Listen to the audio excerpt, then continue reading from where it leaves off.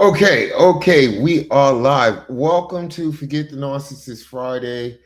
I've been gearing up for this. It seems like all week long. I'm excited to be here. Um, Tonight, we're going to forget the narcissist. We're going to start choosing you or me or choosing ourselves. I think that's very important. I was actually going through my book, Chosen Ones Walk the Path with Amaris, and I found some really, really great insights that I don't know. I didn't know that I thought this deep. I really didn't, but I guess that I do. Um, so, what we're going to talk about tonight is something that we've been talking a lot about in the community during the workshops, is basically the fact that we have to stop giving them our attention, the narcissist. We do. We have to start taking that power back, taking our strength back. I think it's important because a lot of times part of the trauma bond is we find ourselves constantly, freaking constantly thinking about these people.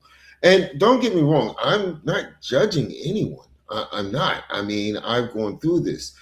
Uh, it's kind of crazy because as I find myself sitting here doing these lives, creating content, running the community, I like to think that this was, I guess, my destiny. This is what I was meant to do. I just wish that I didn't have to go through the narcissistic abuse, just like many of you feel that way. Um, Getting through the trauma bond was something that I never would have thought would be something that would happen to me as a person, as the individual that I am. But I went through it. I went through it, and I had to figure it out on my own. And I think that was the most painful part of it, was that I had to figure it out on my own. You know, I've never been one to be, Ned needy and constantly ask people, oh, help me, help me, help me. But I think in this case with this situation, it would have been kind of helpful if I had people that I could actually talk to, if I had a community, if there was. I mean, nowadays there are support groups out there in communities, but not when I was going through this. And if they were, I had no clue of where to find them at. So I had to figure it out. And like most empaths, like many of you, I find myself to be a very intelligent person. Um, and the first thing that I had to do was I had to dismantle the patterns. I had to start, seeing things for what they truly are. Another thing I've been harping on for the last week is that is part of the freaking healing process. I guess just stop giving excuses for their behavior, for the way that they're treating you, for the things that they are doing to you. Because I'm going to tell you, I mean, just due to the research, not even just my personal feelings, they know exactly what they're doing at all times. It's a means to an end. And that in itself is super freaking hard to deal with. But here I am. Here I am, a better person, a stronger person, a more resilient person, a person who wants to be of assistance. And I think that many of you do feel this way. I think those of you that are healing constantly are like, as you overcome a hurdle, you're saying to yourself, wow, this is hard for me to get through. I don't want anybody else to have to go through this. And that's where I found myself. I think it was destiny because as I look at things that I've done since I've started this, I don't know if you guys remember, if you've been following me, there was this thing where I wanted to build a sanctuary. This is before I even got my nonprofit status. I wanted to build a sanctuary. So I was walking around in Camden and I found this building that I just remember, it just clicked in my mind, like this thing has been for sale forever. Nobody can get rid of this. And I was going through some stuff, some personal stuff at the time, but it kind of made me think. I was like, you always want a physical location. You've always wanted a place where people could meet so people can discuss this. And I called the real estate agent. I really did. And I set up a tour. And come to find out, it was an old abandoned post office. And it had, like, the post office area, and then it had meeting rooms. And then it actually had a living area upstairs. I don't know what kind of post offices they ran back in the day, but it actually had like living areas. And I was like, this is like kind of cool. The price tag was insane for something that they couldn't sell. So I was like, okay, I can work through this. I can figure this out. I can raise some money. I can do what needs to be done. Um, Come and find out, somebody ran in and swooped it up. And in fact, they're renovating it now. They're turning it into a store. And I'm not upset, but look at what has happened. I put a lot of energy into that. I thought it was something that would be beneficial to the Now movement. And look at me now. I have a whole community. It's still online, but it's a private community. It's a community where people can come and discuss, where people can come and get support, where people can see that they're not crazy. I think out of everything else, that is the thing that survivors deal with as they come out of the fog, is coming to the grips with the fact that they're not crazy. They're not. This was done purposely, and this was done intentionally to destroy you. It was. And I'm not making excuses. I gave that up a long time ago. I'm not making excuses for what they do. I'm not saying it's a sickness, it's a disorder, thereby they should get a free pass. No, as long as you as a sentient being know that you're causing another being harm and you're doing it on purpose, you're not stopping, you're not making that choice like, nah, I'm not going to do this. At the end of the day, I know that this person loves me. I know that this person cares about me. I know that this person has my back, so I'm not going to treat them like this. No, they continue on with what they do as narcissists. So no, and that's why today, basically all week through the community, I've been talking about you've got to start choosing yourself. You have to make the decision to choose yourself. Yet the radical acceptance is going to come. It has no choice but to come. Okay, if you're going to heal fully, the radical acceptance has to exist. Okay, you have to stop making excuses. But even if you're not at that point where you're not making excuses, you can maintain or regrasp some of your energy back by choosing yourself. Just a few moments a day choosing yourself. It erodes the trauma bond. Every time that you take that energy from focusing on them, trying to decode what they did, trying to analyze what they did, trying to pinpoint the reason why, every time you take that energy and transfer it back into yourself, like I'm going to have a good day. Instead of worrying about them, what I'm going to do is I'm going to work on myself. I'm going to reclaim my identity. And many people don't understand this is the reason why the narcissist works so hard to erode and chip away at your confidence. Okay, because as long as you were confident, as long as you were strong, as long as you believed in yourself, there was nothing that they could do to you. So they had to work on that. And don't take it personal, because they do this to everyone in their life. They do. It's just that people do the same thing that we do as survivors. We make excuses for them. We constantly put them into this pile of regular people. They're not. They're not. I don't know how many times I can say this. They're demons. Again, they're making a conscious choice to hurt an individual that is trying to love them.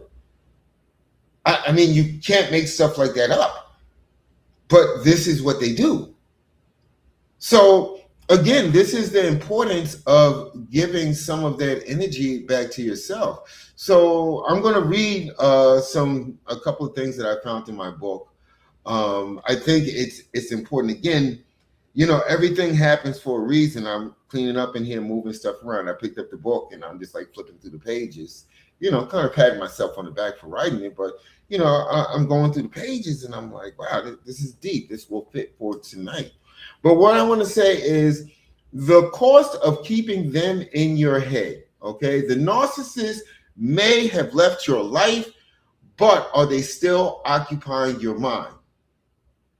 Many survivors continue paying emotional rent long after the relationship has ended. This is something I talked about weeks ago.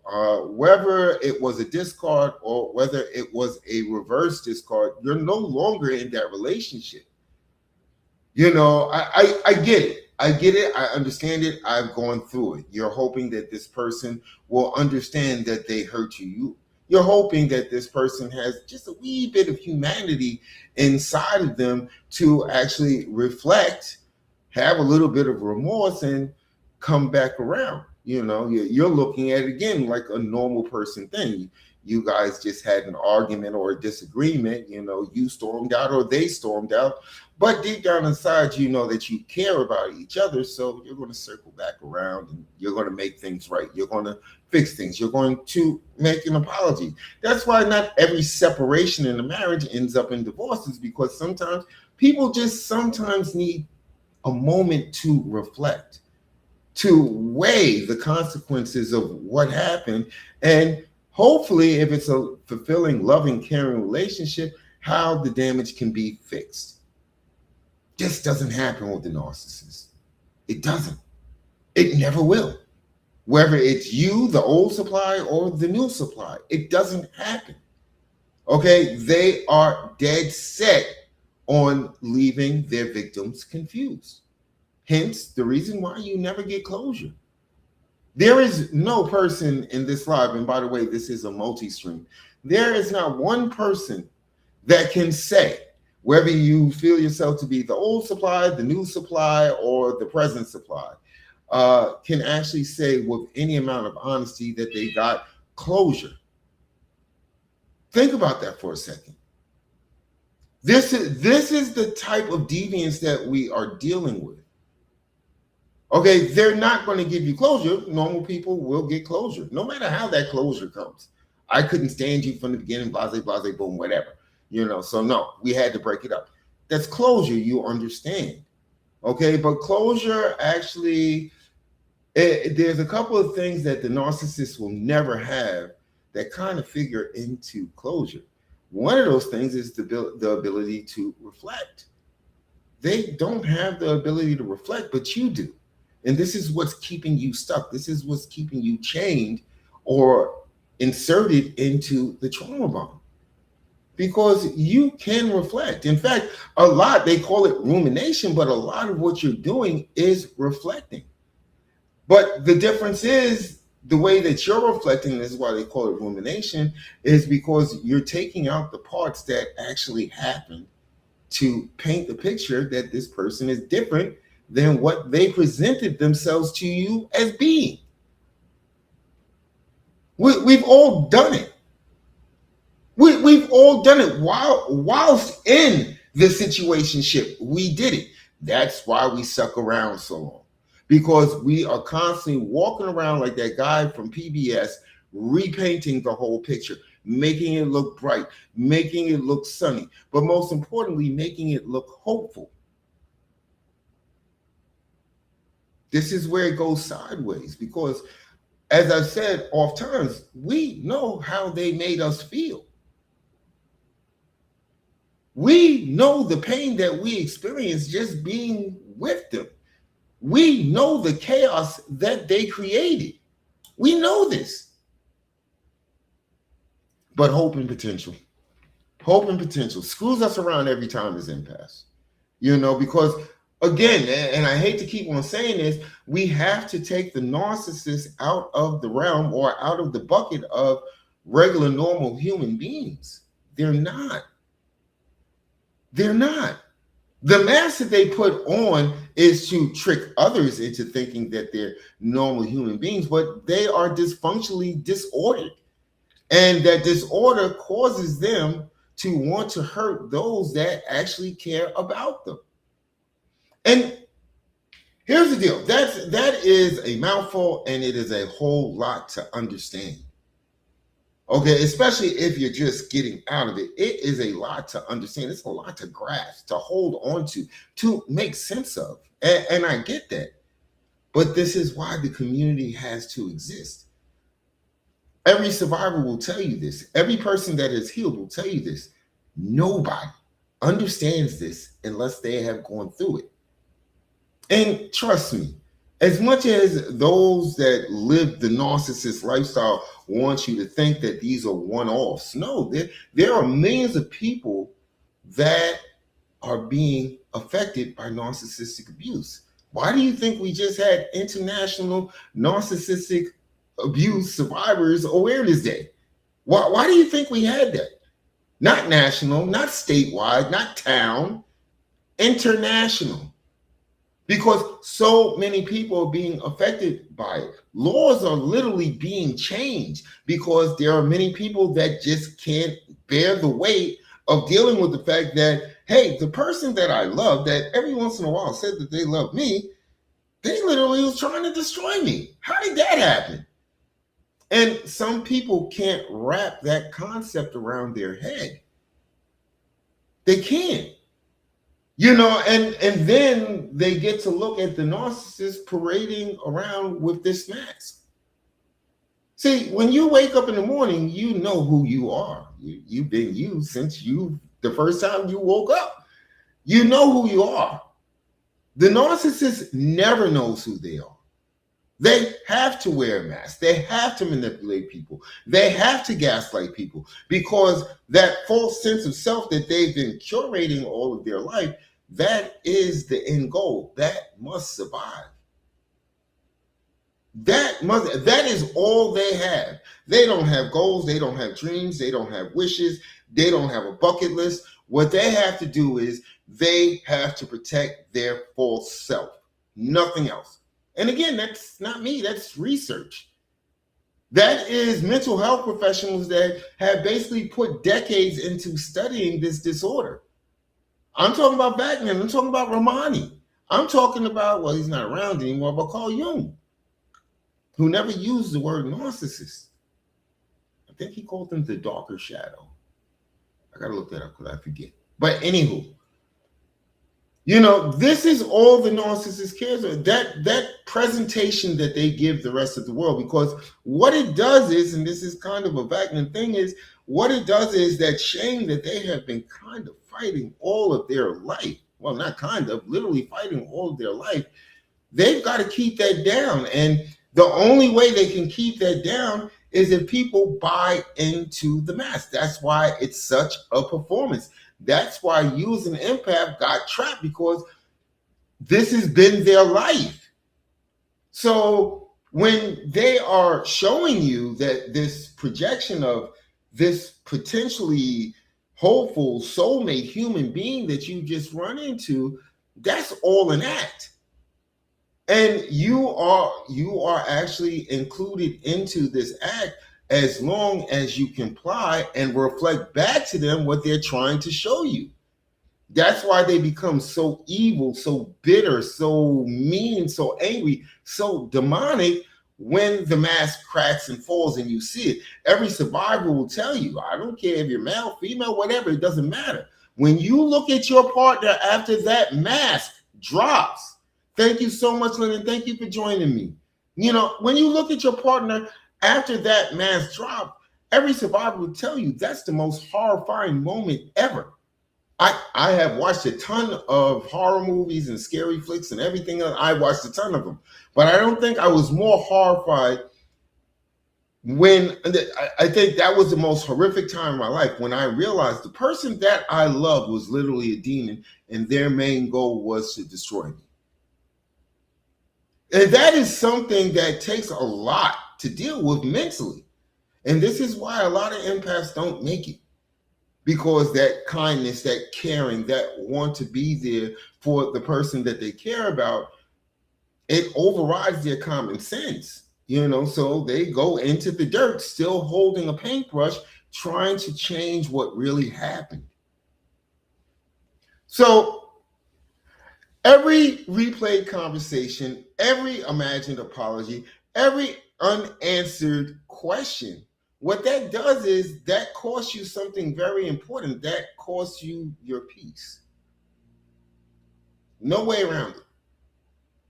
That's why you felt near the end so unsettled, because you were literally giving up your peace.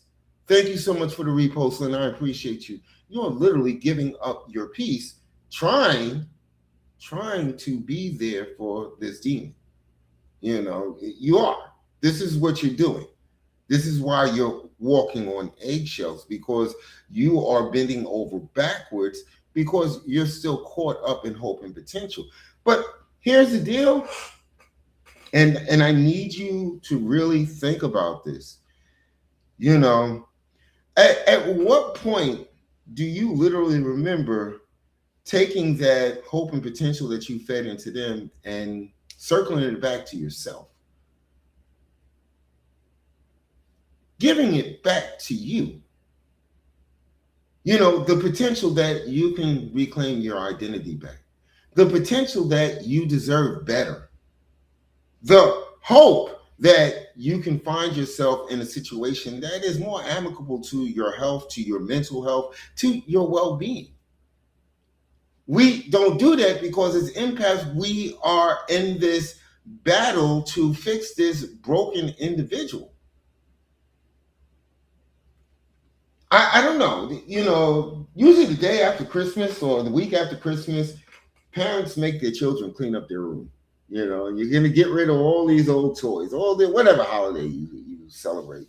But you're going to get rid of you've got new toys, you're going to get rid of these old toys. And you know what? Sometimes as a child, and I kind of remember these times, as a child, you're like looking at something and it's broken. Or it could be a stuffed animal, that has all the fluff coming out the back of it. That it's no longer useful. It no longer serves a purpose, but you just can't seem to let go of it. So when mom or dad is not looking, you're hiding it, hoping that they'll never find it. But sooner or later, they find it, and they're like, I thought I told you to throw this away.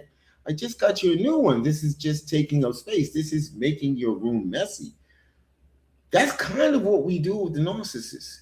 We keep on hiding the fact that this is broken.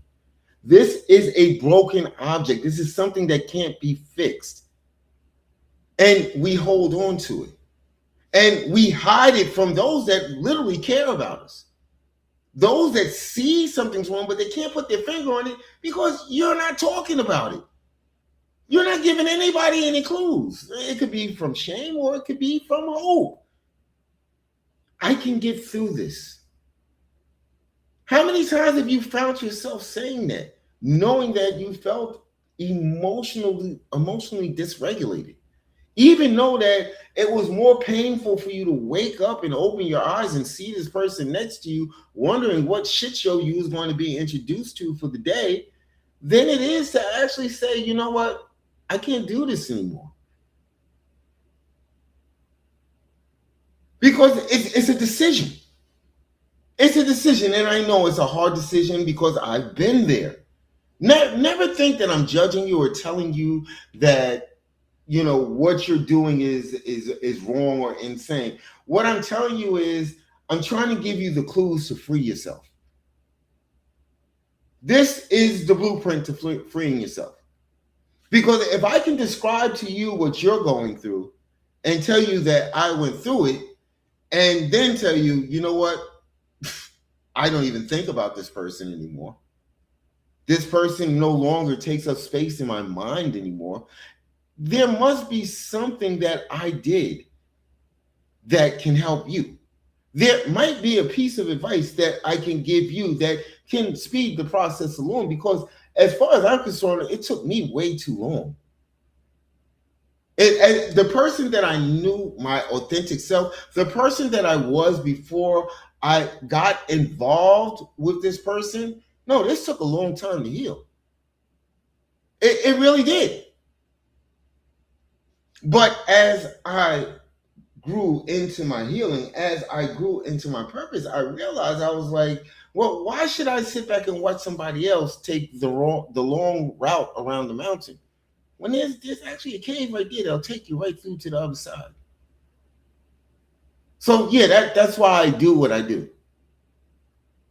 That is the main reason. That is the driving reason. It is the reason that gets me up in the morning, because there was a time where the reason that actually ruled my day was, how do I fix this person? How do I fix the person that every once in a while says that they love me, And I know deep down inside I really care about, how do I go about fixing them? That's where our energy goes. And it's a waste. It's literally a waste. It's hot as hell out here.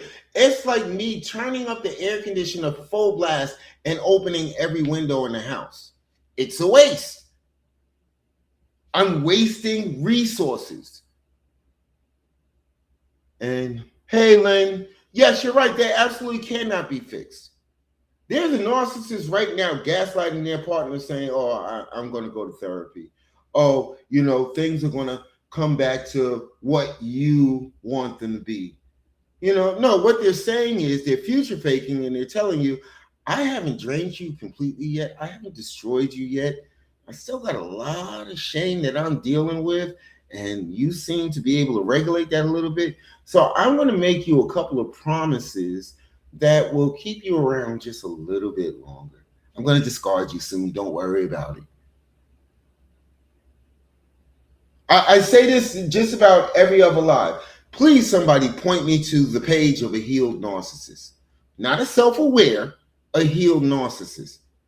Because as far as Jung in his roundabout way, Batman, Romani, and most of the papers that I've read, it's not happening. And this is why I say you need to begin the process of pouring into yourself. Regaining the parts of you that you lost in this dynamic. Oh, they're not going away. The narcissist definitely wants you to think that, it's ruined. It's all gone. I destroyed it all. You'll never be back the person that you are. Yes, you will. Yes, you will. Why do you think that they amass, it's like the hunt for Frankenstein in the movie. They have to amass the whole town to go against you. Because they know how powerful you are. Why do you think that they have to do the glow up thing? Because they know how powerful you are. You scared the narcissist. Never forget that. They were attracted to you. They were attracted to you because of your greatness. Their goal, their main purpose in life was to destroy your greatness, to take away your confidence, to make you unauthentic. They needed to do that. But deep down inside, they know, because they're the flip side of an empath. They know. They know, unless you, to yourself, there's always that chance that you're going to come back. They may have extinguished the flame, but I'm going to tell you something, and this comes from me knowing there is an ember inside of you that's burning. It's a bright orange. It just needs you to decide. It needs you to decide that you are going to choose you. And then that ember starts to grow, and that flame starts to grow, and it gets brighter and brighter. And you come, as the kids would say, you come back online. And that is what the narcissist is petrified of. Because I'm going to tell you something. While they were amassing the town, calling you the monster, calling you Frankenstein's monster, calling you the unstable one, calling you the one that was obsessing over them. See, once you walk away, once you start living within your authentic self, once you heal, see, you're feeding into you. You're not feeding into the narcissist. In fact, everything you do is for you. It's not for the narcissist. See, that's the difference. And then people start to sense that, and then they start looking at the narcissist and they say, well, you keep on saying that, but this person acts like they don't even know you exist anymore. This person ain't thinking about you. How are they obsessed? I see them doing them. I don't see them concerned with you at all. Then that story starts unraveling. Do you see why they're afraid of you? That causes the mask to crack. Now they're flying monkeys, as we like to call them, they're family members, the people that actually enable them, they're starting to look at them like, oh, well, you are batshit crazy. I don't want to be part of this anymore. I'm a better person than that. What the hell is wrong with you? This is what happens when you feed into yourself. And there's nothing selfish. I know you've heard this because I heard it in the relationship. Oh, you're selfish. All you do is care about yourself. Well, shit. You don't care about me, so I guess it's good. It's kind of a good thing that I care about myself. Think about that for a second. Think about that. At what point did you ever get, when you got out the door, can you recount the time that the narcissist, and I'm not talking about the beginning because that was all a Broadway play. Can you tell me the time where you actually felt like this person cared about you? Not what you could do for them, not what you could supply for them, where they actually literally cared about you. See, that's what happens when you take the paintbrush out your hand. You start to see those things. Rumination became different. It was like, okay, I can lock down this pattern now. Now I can see clearly what they was doing, which instead of making me feel attached and trapped with them in my mind, made me realize, well, why would I want this person in my mind when I know for a fact that they did this on purpose, that they tried to make my life unstable on purpose? Why would I want to think about this person? See, these are the conversations. See, I go online a lot, and I'm not coming. There's a few creators out there. I love them. You'll know because I constantly put their stuff on my page. I love them. I love the messages they give because they're not sugarcoating it. They're telling the facts. And then you have a whole nother set of creators that's promising you they're going to get you out the trauma bond in a day, a week, 24 hours, one conference call. It doesn't happen that way. As a person, hell, just trying to figure out the patterns ain't going to happen after one conference call or one Zoom consult. It's not going to happen. A consult should be just something like, you need to talk about this. You just need a little bit of clarity so that you can move on to the next level. There is no way that I can stay, and I do consults, but there is no way I can do one consult and the person can send me an email and says, thank you so much. I am now cured. I have broken free from the trauma bond. If it was that simple, everybody would do it. If there was a blueprint, there would be a professional, Dr. Ramani, Vatman still doing stuff. You know, they would be putting up, this is the cure. This is the way out of the trauma bond. So I look at these people and I'm looking at my phone like this, like, are you kidding me?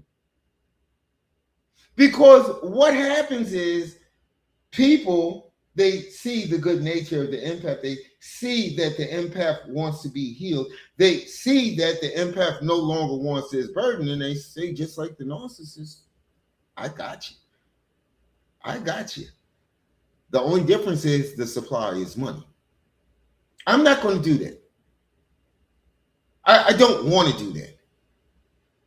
So I built a community.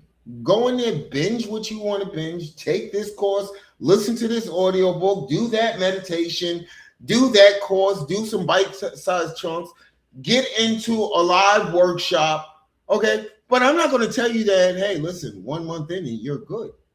I can't, because that would be lying to you and that would be lying to myself, because I know it did not take me 1 month in and out.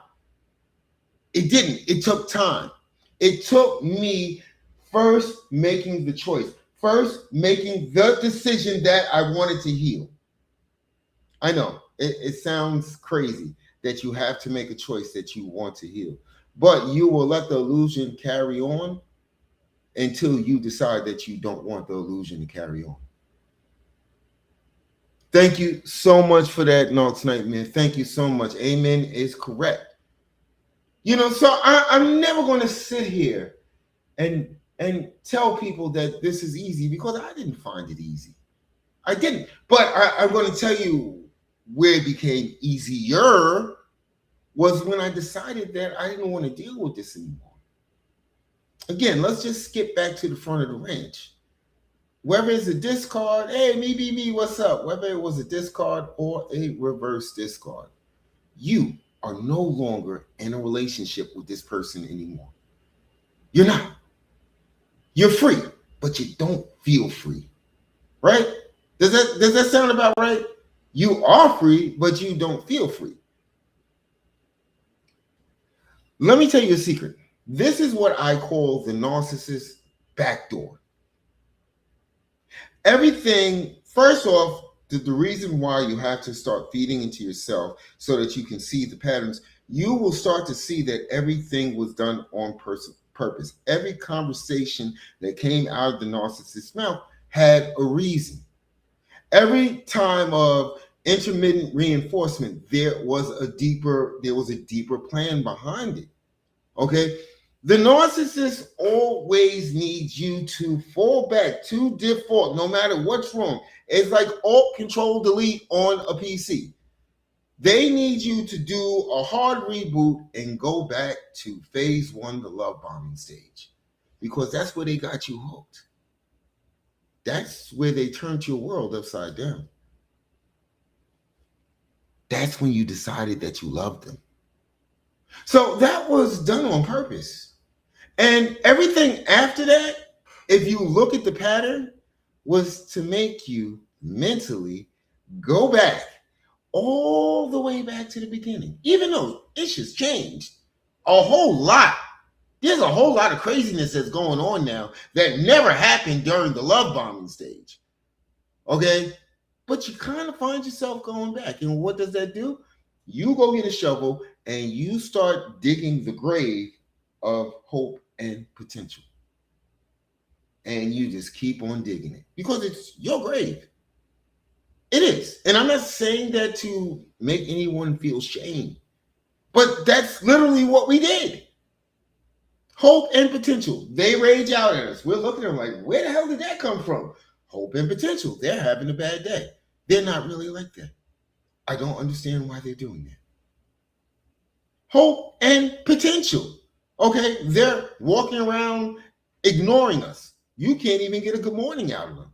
Okay, we're sitting up there saying they're going through something. No, they're being bad-ish crazy. They're doing it on purpose because they literally want you to say to yourself, they're going through something. Or worse yet, what did I do to make them feel this way? Deep down inside, you know you didn't do nothing. What, taking in oxygen is a bad thing these days? Oh, you might have done something that would hurt their fragile little ego. You might have had a win. You might have accomplished something. You might have got a raise at work. You might have got a promotion. You might have graduated from school. Oh, well, yeah. They hate you for that. Because now look at you. You walking around doing all the stuff that they don't have inside of them. Can I ask everybody a question? And Lynn says, exactly. And hey, thank you, Cece. Thank you for joining. You know, can I ask you a question? Let's be honest here. Without your input, your supply, what did your narcissist ever accomplish?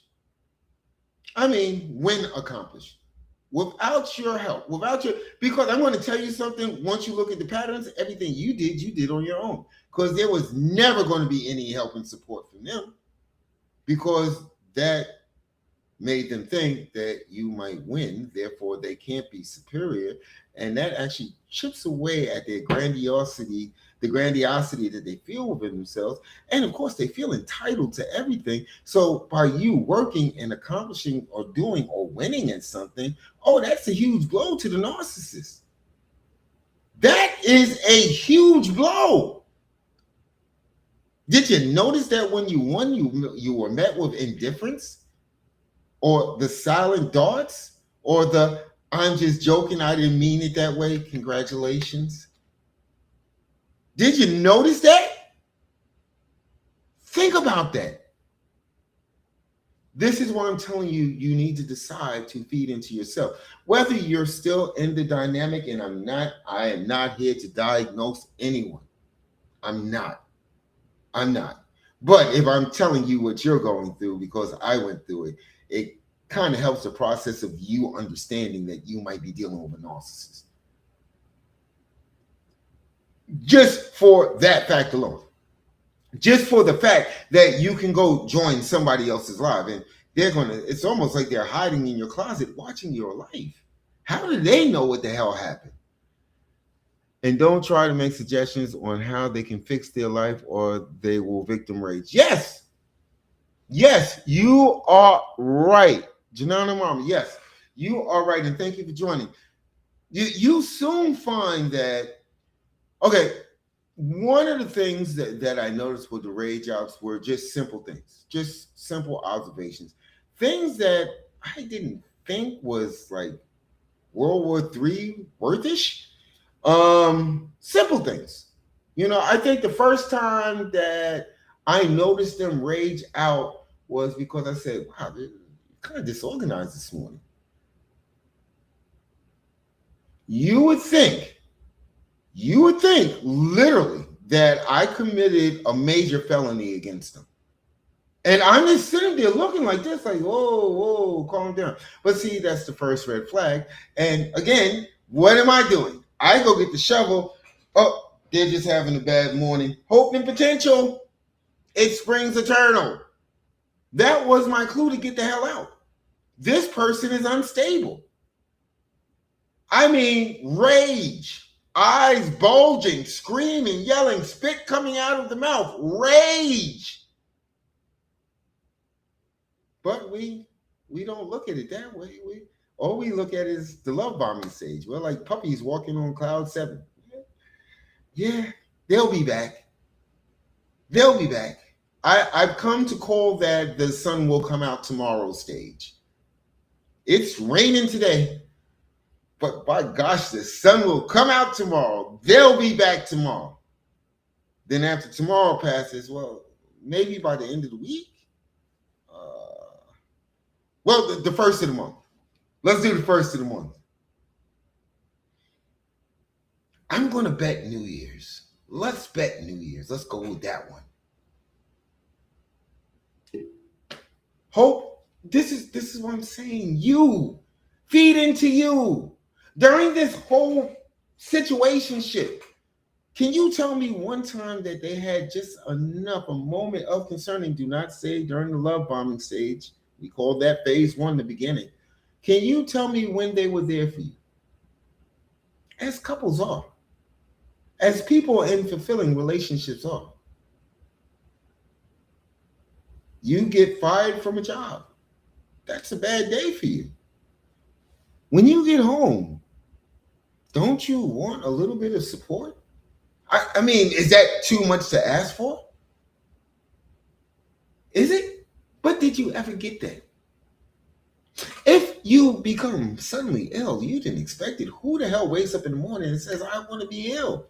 If you find yourself in that position, and while you're laying in bed, moaning and groaning, and probably got the bucket next to the bed, did you get the love and support that you expected that you would get in a fulfilling relationship?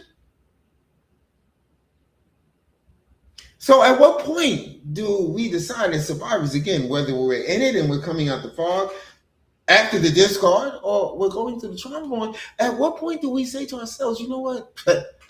F them, I'm choosing myself. At what point do we just do that?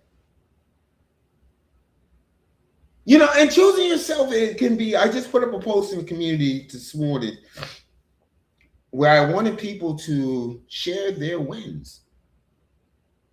See, that's what community does. That's what support is. We clap for other people's wins. It may not be our win. It may not have been something that we accomplished, but we as empaths, hey, we're going to clap because it does a couple of things. It shows that we honor and respect that person, and sometimes it shows us it's possible. It's possible. The pain that I'm going through now may not last forever. Somebody else made it out. Somebody else set a boundary and stood by it. Somebody else finally went no contact for a month. Somebody else basically stopped letting the narcissist pull their nerves or pluck their strings or make them have that whole reactive abuse thing. And they when you want to phone with them, when you get that message, when you know that they're trying to find that string, like this used to work. You can feel it almost as they're typing. You can feel it. This string used to work. I need to pull it. I need to regulate myself. My life ain't together. I've got to ruin their life. This is what you get from the narcissist. So instead of expecting more of that, can I ask you a question? Wouldn't now be a good time to start feeding into the person that you are? Wouldn't that be a really great time to decide that you are important, that you are worthy, that you deserve peace, that you deserve happiness? And sometimes if you're still in a relationship or a situationship, that you deserve better. When I started asking myself that question, that was the beginning to me understanding that something was wrong. Because there is no way that you can be in a loving, caring relationship instead of just say, you know what, I deserve better. There's got to, I deserve more than this. I deserve more than below bare minimum. I deserve respect. I deserve someone who is there for me just as much as I'm there for them. What the hell is wrong with that? Because you ask yourself these questions because the mask is starting to crack and you're starting to see what you're dealing with. You're starting to see what you're dealing with. Like I said, I've been through this. I used to wake myself up and be like, why the hell do you hate me so much? What did I do to you except try to help you? Oh, I don't hate you. I love you. Well, it sure as hell doesn't feel that way. Like that song, never felt a love like this before. However, on the opposite notes, this isn't love. For the narcissist, this is a transaction. And they are basically controlling the transaction of what they can drain from you.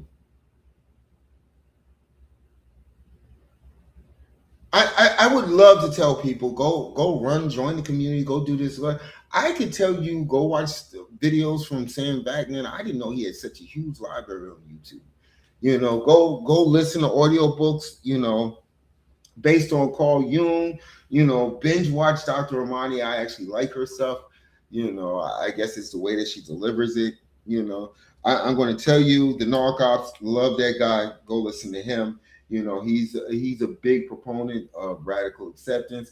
As far as, gaining clarity, I would definitely suggest clarity over chaos.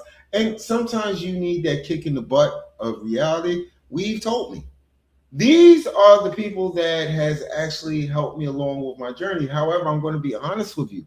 There are times when I was going through certain things, certain aspects of the trauma bond where maybe they weren't talking about that day, that week, or that month.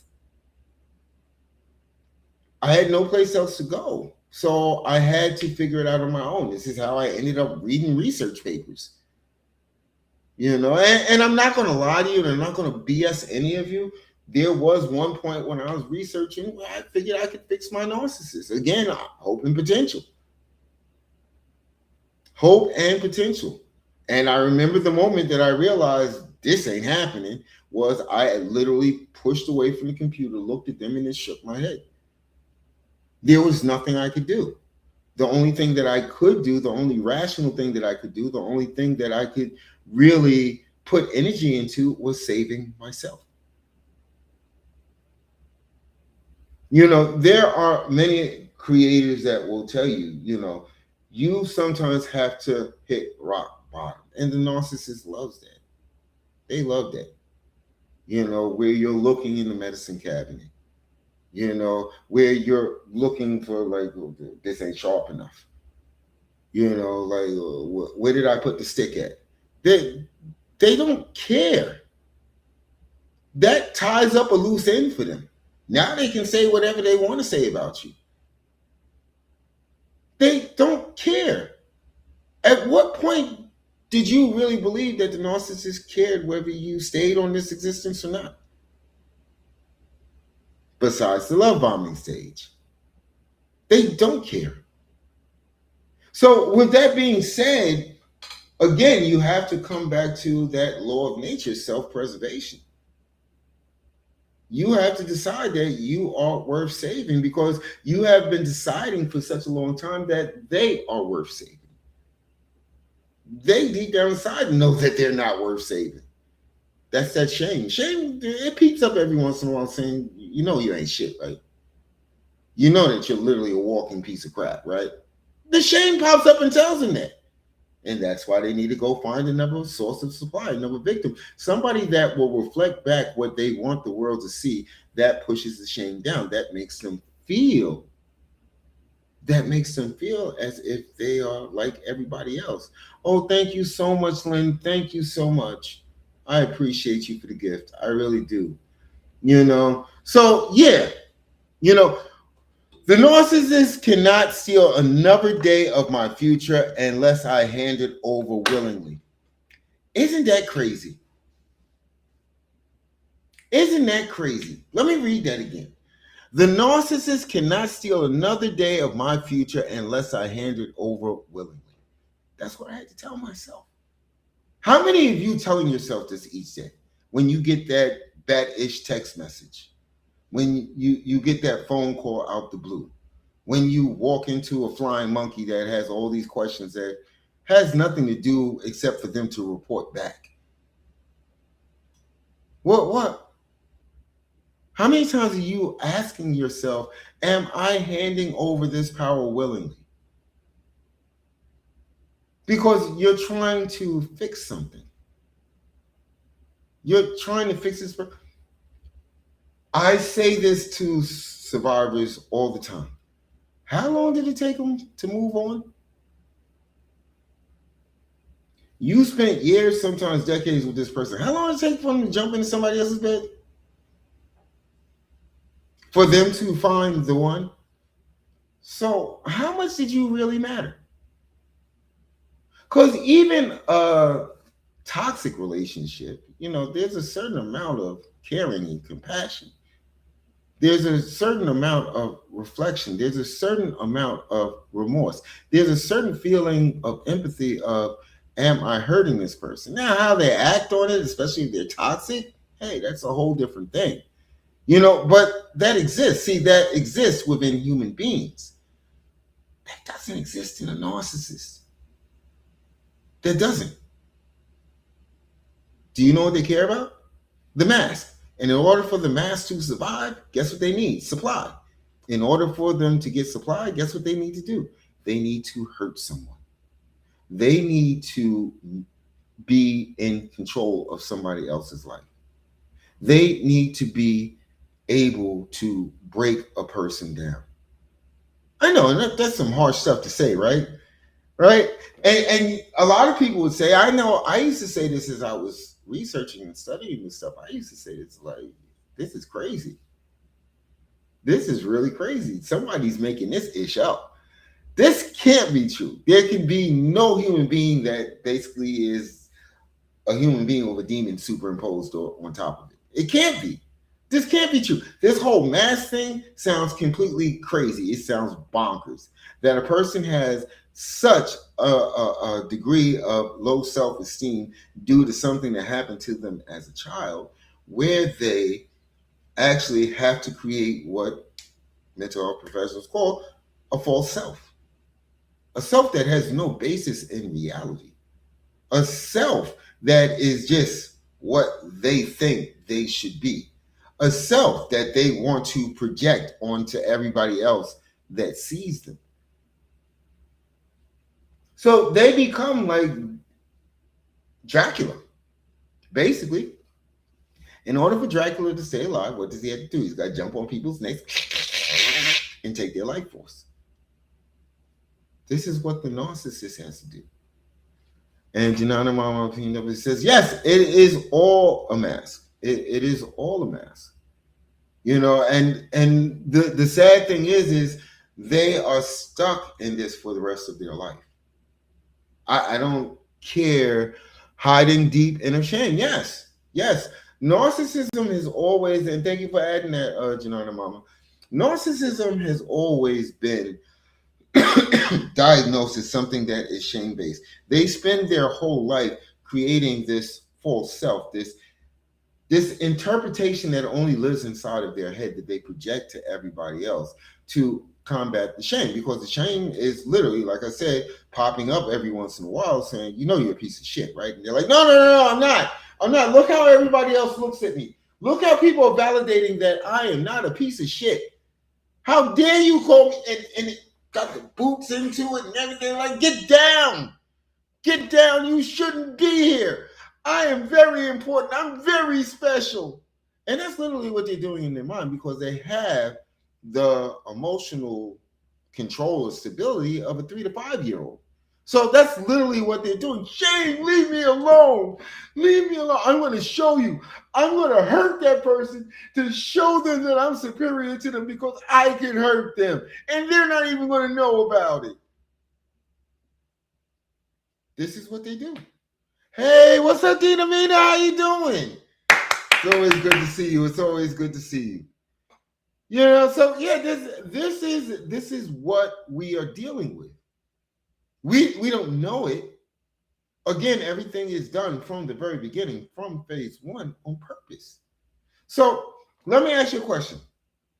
Instead of feeding this energy, whether you're there, whether you're discarded, whether you're going through the trauma bond, instead of feeding this energy into this person and not feeding it, you're not feeding it into yourself.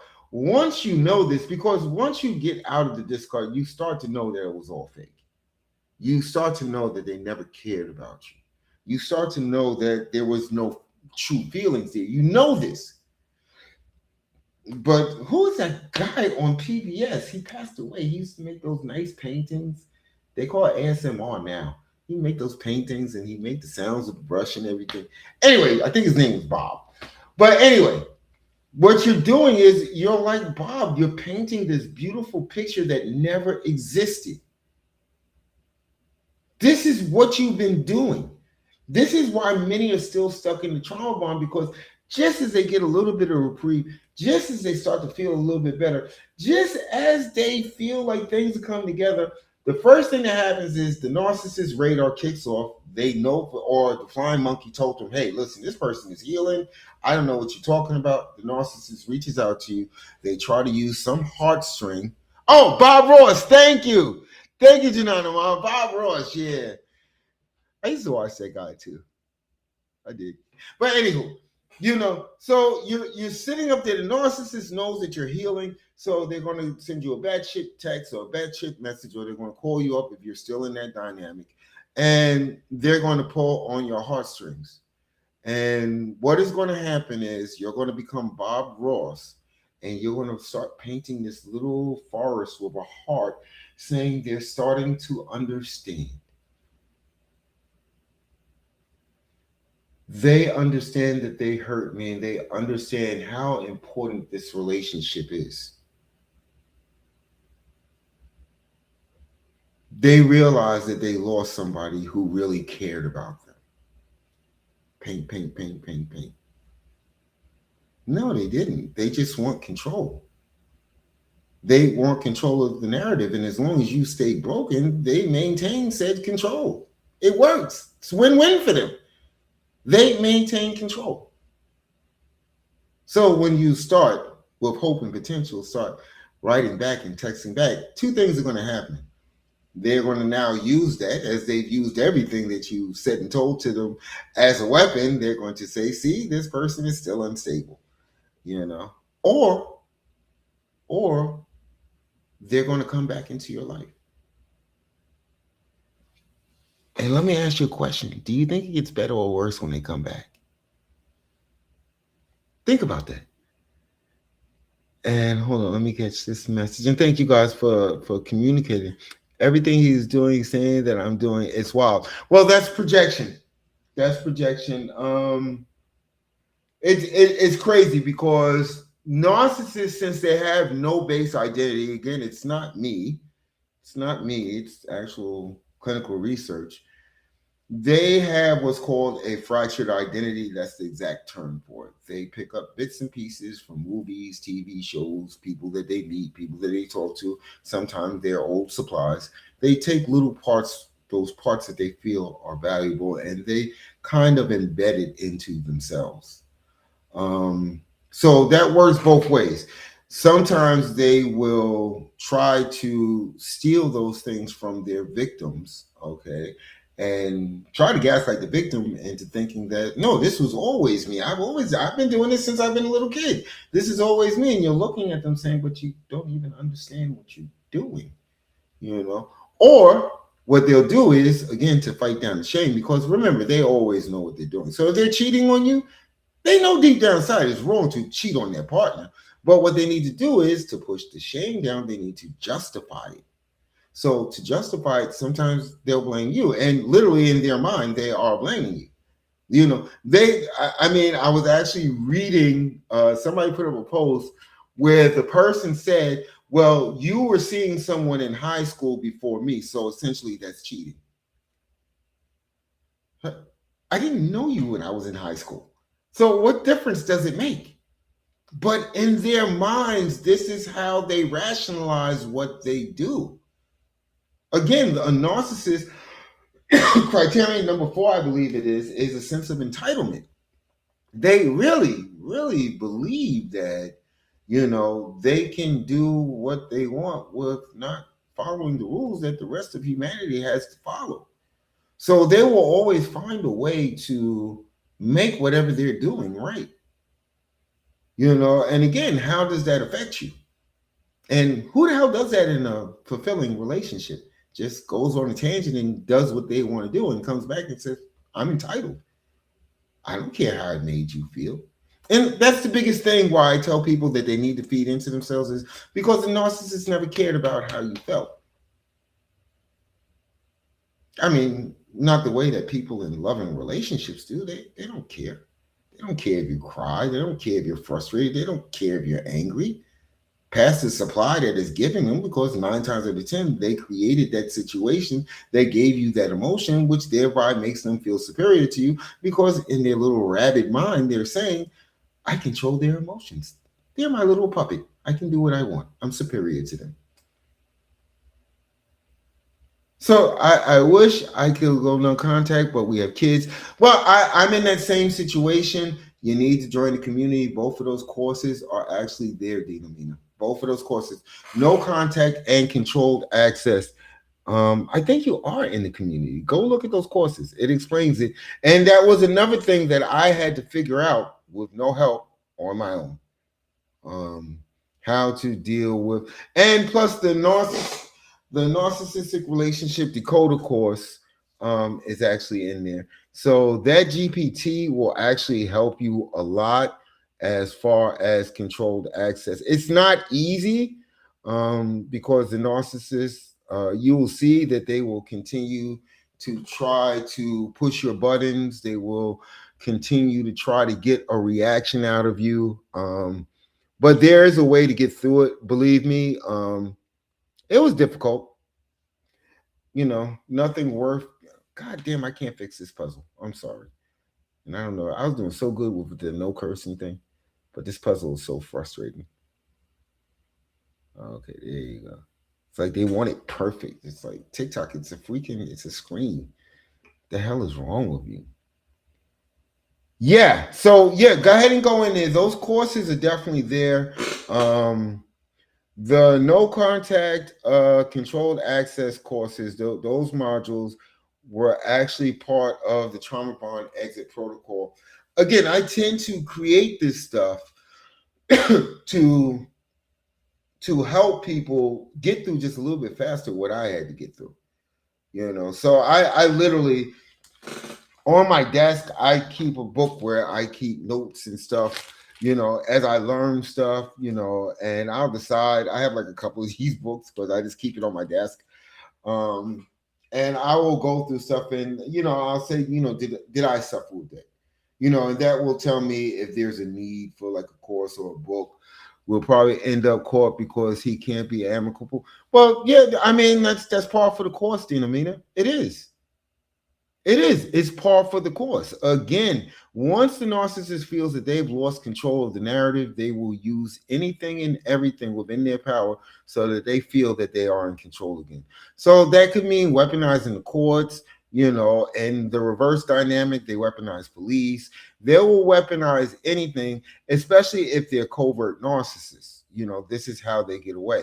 But it's important that you learn controlled access when no contact isn't important, because basically, not only are they leaving a trail, you're leaving a trail. So you have to learn how to, approach it with emotional maturity. And I know, I get it, the kids are involved.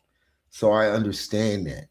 I really do understand that. But you have to look at what I do is my kids are what's important to me. The demon, really not that important.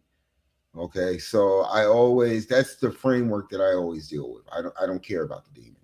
I care about my children. So yeah.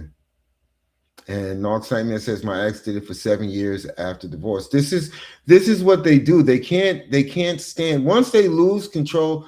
Luckily, mine is covert. He's very shy, awkward, and very scared of authority. He won't show up. Well, and I don't know if you was here when we broke down the different archetypes of narcissists. They do switch. Again, at the end of the day, what matters to them is the mask. That's it. That's it. And they will, it's almost like a chameleon or octopus where they change colors to actually protect themselves. The narcissist has that capability. It depends on what they've experienced and what they've gone through while they've been, I guess, crafting their art of deception. It's not uncommon for a covert narcissist to switch into a malignant narcissist role, or even a grandiose. It doesn't happen that much, because of the way the grandiose narcissist is. That's why they kind of sit at the top of the food chain. There's a couple of differences. The covert is always going to play victim, where the grandiose kind of leans a little bit towards, I was a victim, but I became the hero type thing. Janana Mama says, in this day of AI, things get really interesting as they can make their own characters. Yeah, yeah. So always be wary of that. The narcissists, they're not stuck to that archetype, and it depends on how much a threat the mask is at. The mask is important. The mask, a complete collapse of the mask will cause a narcissist to get on a plane and go to another state, just so that they can go back, heal from their mortification, and rebuild another mask. Because the shame is constant once it's not there. This is why they do what they do. This is why they have to surround themselves with enablers. This is why they have to always find new supply, because to them, it's a constant battle to keep that mask in place and keep that shame down. A lot of people don't realize this is like basically enlisting. It's like you're going to give us, it's like if you enlist in the military, it's like you're going to give us those 4 years. You definitely, it is going to be a downside. And this is, but it's lifelong with the narcissist. This is all they care about. They don't care about people. They don't care about, they don't care about their parents. They don't care about their siblings. They don't care about anybody. All that really matters is that mask. And Dina Mina says, once someone figures him out, they get discarded and he goes to the next. Even the kids. Yes. Yes. And this is why, because we kind of notice this in the dynamic when we're in it. We do. We kind of notice it. We kind of notice how they kind of are like fair weather friends, as I like to call them. What we're not really seeing in the beginning is that person no longer served the purpose, or that person no longer fit the mold that the snapshot, or like I call it, the construct in the narcissist's head, they didn't align with it. So they have to go. But yeah, it doesn't matter to the narcissist. Again, this is not me being bitter. This is research. This is facts as far as I'm concerned. I just want to read this from my book. I thought it was important. Okay. So, I consider us empaths, I consider us chosen. So what I wrote was embracing the path of the chosen ones. The path of the chosen one is not for the faint of heart, but for those who dare to embrace their divine destiny with courage and conviction. So this speaks to the fact of, that whole thing that everybody talks about. Chances of you being here as a unique, authentic, sentient individual is 4 trillion to one. So thereby, in my life, um, in my life, I think with those type of numbers, those kind of stats, that we must be here for a reason. And then the fact that we're empaths, we probably had a narcissistic parent, or had to deal with a narcissistic caregiver that actually made us make that choice. Everything, as I always say, runs on choice. The choice that we didn't want someone else to go through that pain. Um, and I think sometimes, I'm not saying in anybody's case, but at least in my case, I think this was done on purpose. I look at the chain of events that came that led up to even the narcissist. Was there was something that I had to learn about my purpose, about what I'm here to do. Not so much the community, but what I do, how I try to reach out to people, how I try to help people. Um, I think that was just my higher power saying, "Yo, dude, you got to do something. I put you here. This is what I think you should do." And like I said, I've been through three of these, and I saw somebody's post. I just didn't have time to answer. I'm going to get back to it after this live, um, where they said, "Oh my God, I think I have another one." I'm going to tell you something that until you heal, you're going to always have another narcissist. They smell you out. They do. They do. The empath, us being the flip side, this is why we become main supply, because the narcissist knows that we're going to keep giving. We're going to keep trying. Thank you so much, Jen. Thank you so much for the heart me. We're going to keep trying. We're going to try to fix the relationship. We're going to give them another chance. And the narcissist knows this. So, sometimes when you need to see the new supply, you'll see that the new supply will become there'll be another new supply and another new supply and another new supply. Those are transient supplies just to keep the mask afloat while they go find themselves another empath.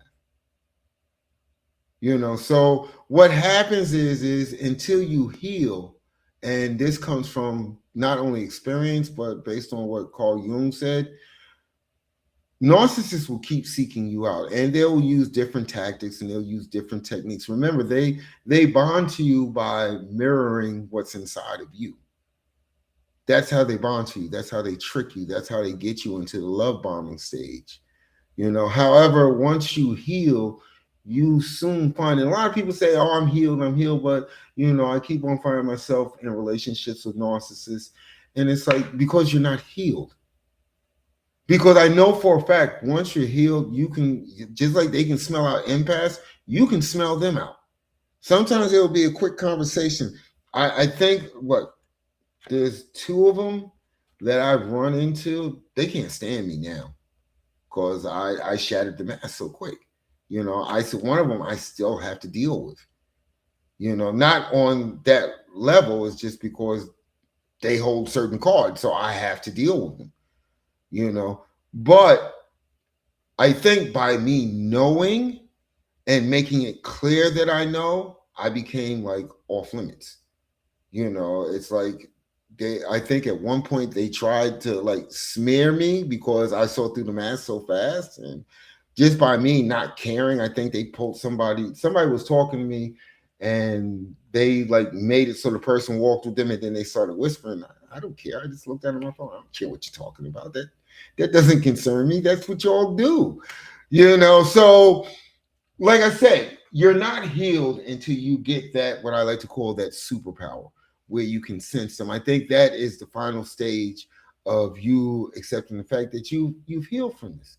Now, if you keep on finding yourself trapped up in narcissistic relationships, there's a piece that's missing.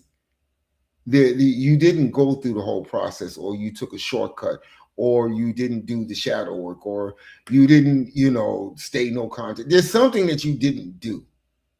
And I can guarantee it. So that's why I build this community. That's why I won't be dating anytime soon. Find yourself first. Find yourself first. And before you start dating, I think it's better that before we start dating, which may sound strange from a male, but I think we need to find ourselves first.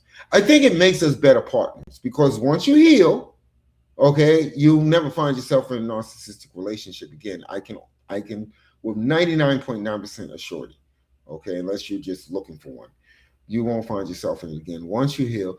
And what happens is you come to realize that there is somebody out there that deserves you, and you deserve them, and that's a wonderful thing. I mean, because that's the energy that we gave to the narcissist, because they tricked us. We thought that this was the one. How people say, "Oh, I found my soulmate." That's what we thought we found. And then we found out it was just a freaking bad thing. As a woman who is a people pleaser, I'm better off doing my own laundry. Okay, do your laundry alone, Missy. No, and that's cool. That's cool. It really is cool when you think about it. You know, you have to find your space, because remember, you come out of a dynamic where you gave so much of yourself to someone that was so undeserving. And sometimes the universe has to balance itself back, and the easiest way to balance back is to start giving to yourself, being there for you, not for them. Part of what I did in last night's workshop in the community was this whole thing of closure. And I think what happens is we begin to wait for answers from the narcissist. We literally put our healing on pause because we want to understand what went wrong. We want to understand, why they did what they did. We want to understand, what really happened. It's not going to change any of the facts, and it doesn't matter what they think. They hurt you. You know that. They took advantage of your kindness and your caring. You know that. So what could they possibly say to you that is going to take all of that away? Are they going to admit that they're a narcissist? Doesn't make it any better, because at the end of the day, that's the only answer. That is literally the only answer. I did what I did to you because I'm a narcissist. It's not going to make it any better. So you need to gain closure for yourself. They don't have that power, and you actually are giving them power by saying, I need you to give me closure. I need you to give me answers. I need you to help me understand this. No, you don't. You understand it already. You kind of always understood it. Pain feels like pain. There's no way around it. Love literally feels like love. There's no way around it. So you have your own closure. See, this is what we talk about when we do workshops and deep dives in the community. These are the subjects that we get into. And I have a calendar, and the calendar's filled up, and we do it via Zoom. And the reason why we do it is because these are the conversations that need to be had. And I get it. People are building their platform. People are, they want followers and stuff like that. So yeah, that's why I stopped the rage content. I don't want to take part in it. It has a use. There's somebody that needs to rage out. I get that. That are upset at the narcissist, that want revenge on the narcissist. I get that. I'm not saying I agree with it, but I get it. And that makes a lot of creators very popular. Makes them 10,000 people in their lives. Because it's about rage. Well, to me, having rage against a narcissist is still keeping them in your mind. You're still orbiting them. You are still giving them supply. So I see no purpose for rage. So I don't want to talk about it. I want you to heal. I want you to feel good about the person that you are. Because it's been a long time since you actually felt good about the person that you are, if you've been in a narcissistic dynamic. I get that. So, yeah. So if I had to ask you one thing, And I need you to be honest here. Okay. What is one thing you've been giving too much mental energy to lately? And it could be anything. It could be the laundry that's sitting down in the basement, bag after bag after bag that you just can't get around because it's hot outside. You don't want to turn the dryer on. I get that, but still, what is one thing that you feel honestly you're giving too much energy to, and it doesn't have to be about the narcissist, you know. But I find sometimes like I give a lot. Sometimes I have to slow down because I just want to create, create, create, create. No, seriously. I am like I just put out a book the beginning of this month. I actually want to write another book. Do I have time? No. I actually have like tomorrow I have to do the Saturday healing room in the community, and then I have a whole day of interviews. Y'all thought I was playing. I'm putting that show on Amazon. Y'all really thought that I was playing about that. I'm dead serious. You know, I mean, because I have different social networks. I'm here a lot, but I'm also on FB. I'm on YT. Sometimes I'm up on LinkedIn. And Dina Min says I've been giving too much energy to being angry at him because I'm paying for everything. Yes, I get that. I get that. And that is a real feeling because of many different levels. And I need to address this. We get angry, and the narcissist wants us to get angry at them. They will ruin you financially. They're selfish. They're selfish. I went from a I want to say 750, no, 740 credit score down to like 400 and something. And I get it. I ultimately made those choices, but I'm not going to sit up there and sugarcoat and say I wasn't led down that path thinking that I was doing it for the greater good, even though I'm like, I couldn't afford it. So yeah, we get angry at them. And that's how you look at it because, yes, God will find a way. God, universe, the law, whatever you believe in, will find a way. There's a comic I used to read, Long Shot, when I was younger. And there was one thing that was his logo was keep the motives pure and the luck will follow. And I've carried that since I've been like 17 years old into my adult life. Keep the motives pure and the luck will follow.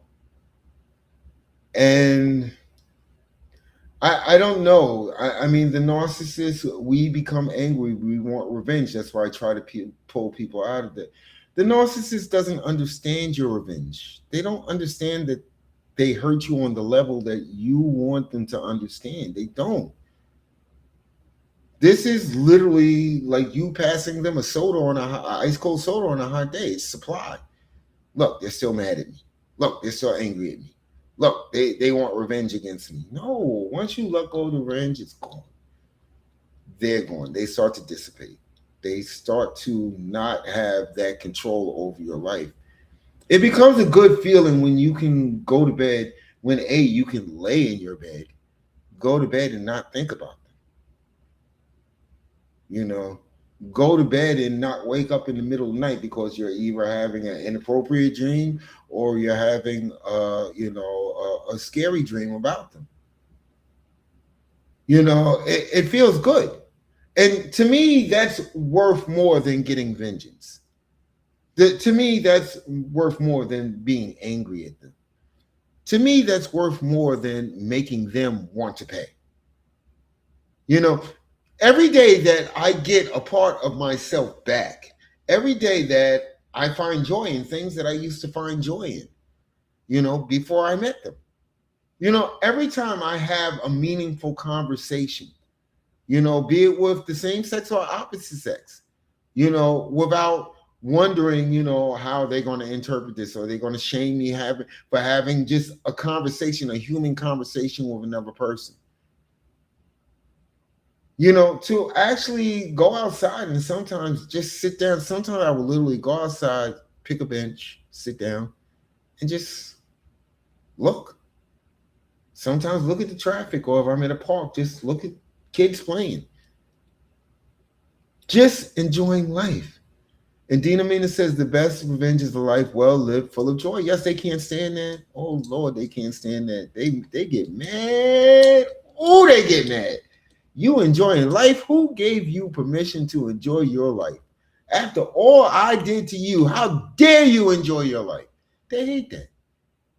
And that's why it's important that you heal, because you'll find that the trade-off for you healing, not so that they see, but that you heal for you. You become the best version of yourself for you. It's it kind of speeds karma along, without you even asking. I know, and that's what we all want. We all want karma to make them pay. But that's how you do it when your healing is focused on you. When becoming the best version of yourself becomes the more important thing than making them pay for what they did to you. And I get it. I understand it because I went through that stage. I wanted them to pay. I wanted them to pay because all I said to myself, everything that I've done, everything that I sacrificed, everything that I gave of myself to this person, and to find out that they were literally trying to destroy me,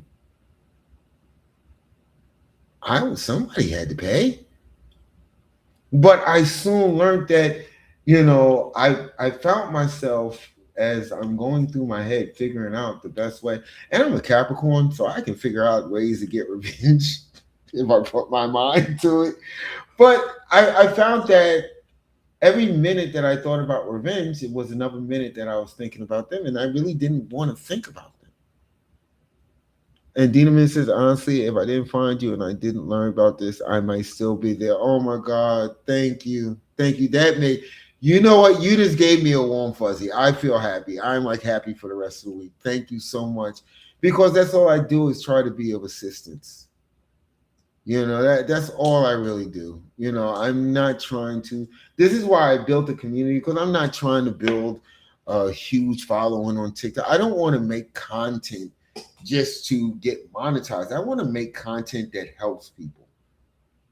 I do. I want content that's going to help people. That's going to, just like those creators that I mentioned before, they literally help me. They don't even know me.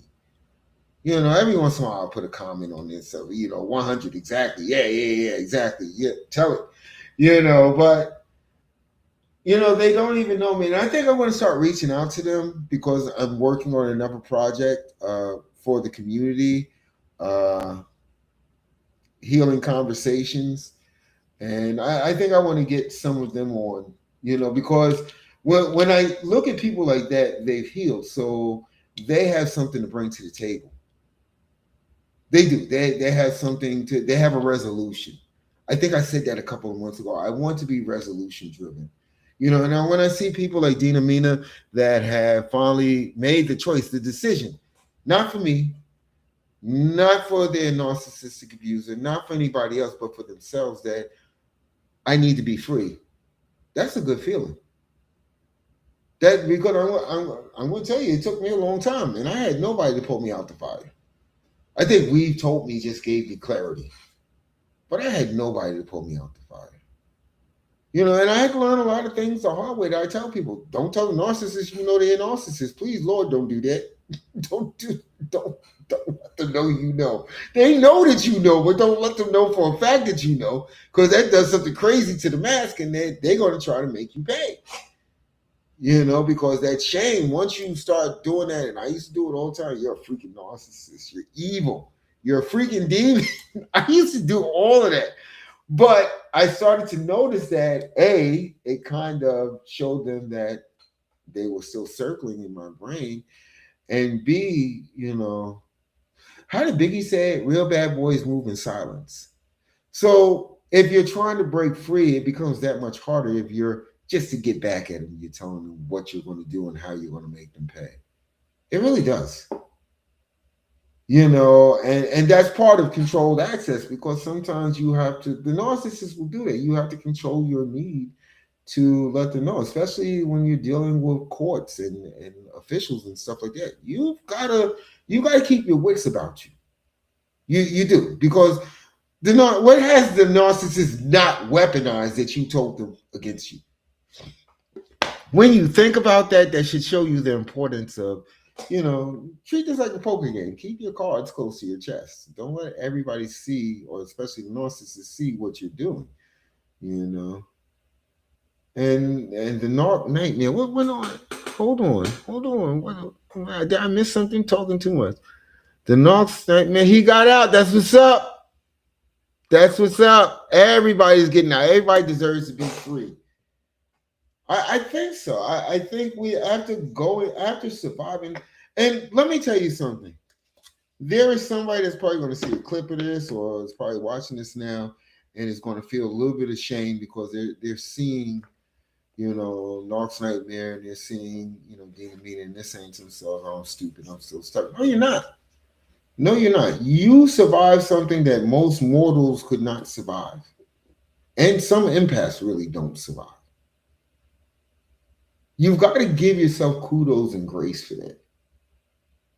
And at the end of the day, I'm going to tell you something. I'm not trying to take anything away from anybody's higher power, but you did it. One of the things that we got that kind of put us in this predicament was the ability to choose. And that's like a universal thing, choice. And when you choose to set yourself free, when you choose to not look at it as something shameful, because I did. I'm from New York. As far as I'm concerned, somebody got one over on me. So I felt that shame. I understand that. But look at what you survived. Always put that in the lens of reality. Look what you literally survived. And then look at the people around you and ask yourself, how many of the people that you know could have survived this? Because it's intense. It's intense. You find yourself in a state of constant freaking confusion. The confusion based on the fact that you actually care about this person. That's where the confusion stems from. This person is acting batshit crazy every single freaking day, and you care about them. Hold on. Dean Amina says, not so many people I know ask how I stayed for 20 years, but all that stuff yeah, you'll find that once people understand, and this is usually when the mask cracks completely for the community. And if that's happened for your narcissist, you're going to find that they're buying a plane ticket far away. Yeah, a lot of people, if they understand what you go through, and this comes from the ability to tell your story, because not everyone comes out the gate with the ability to tell their story. I didn't come out the gate with that ability. When you tell your story, and there are people that actually listen and understand, they will tell you, like, they'll be like, "You're crazy for staying that long." Yeah, you were crazy. You were addicted. This was your opioid. You're a narcissistic abuser, and they played their role well. They did. I mean, I wish that there was a way. I see a lot of videos now with these, how to spot a narcissist. It's not that freaking easy. It's not. After the fact, yeah, you can spot them, but it's not that easy. They hide in plain sight. They do. They hide in plain freaking sight. They're the ones that you've waited for all your life, as far as you're concerned.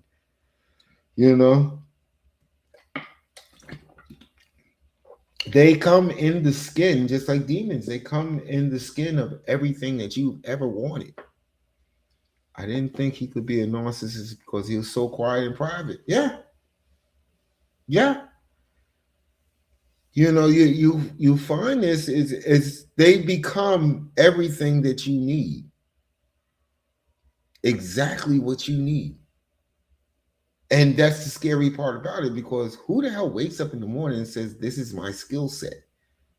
This is what I want to do for the rest of my life"? It's horrifying. Someone that will come into your life and it's like they do this symbiotic thing. They just mirror who you are and become a part of you, and you fall in love with yourself. Every time we do. Anybody that's been in narcissistic abuse Once you come to admit what happened to you, you'll realize that you fell in love with yourself. Because everything that they said that they were about, that they could do, was everything that you were about that you could do. And then you found out really later on that all that shit was cap, as the kids say. That was all a lie. They were never built like you. They wanted to be built like you. And they needed you to think that they were built like you. So that way your red flag warning system wouldn't kick off. So yeah, there's a lot to this. And like I said, there's a lot to deal with. It really is a lot to deal with. I have another thing that I wanted to read. Um, so, hold on. It's kind of crazy because I lost the placeholder when I put it down. So, you'll have to forgive me. Um, and y'all can go get this book. I'm not going to put it. This was actually the basis for the Church of Real Talk. So I'll just read it for it. It kind of helps because this is kind of what we experience with narcissistic abuse. Walk the path of immerse, you will embark on a profound journey of awakening to your true destiny. This section serves as the foundation for your spiritual journey, guiding you through the process of awakening, embracing change, and flowing with the universe. So, in a sense, again, because I do view empaths as being the chosen, this was a journey.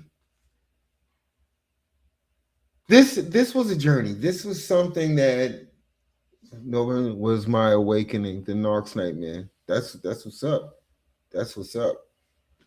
This is a journey, and when we see clearly, that would be considered awakening, and we see on many different levels.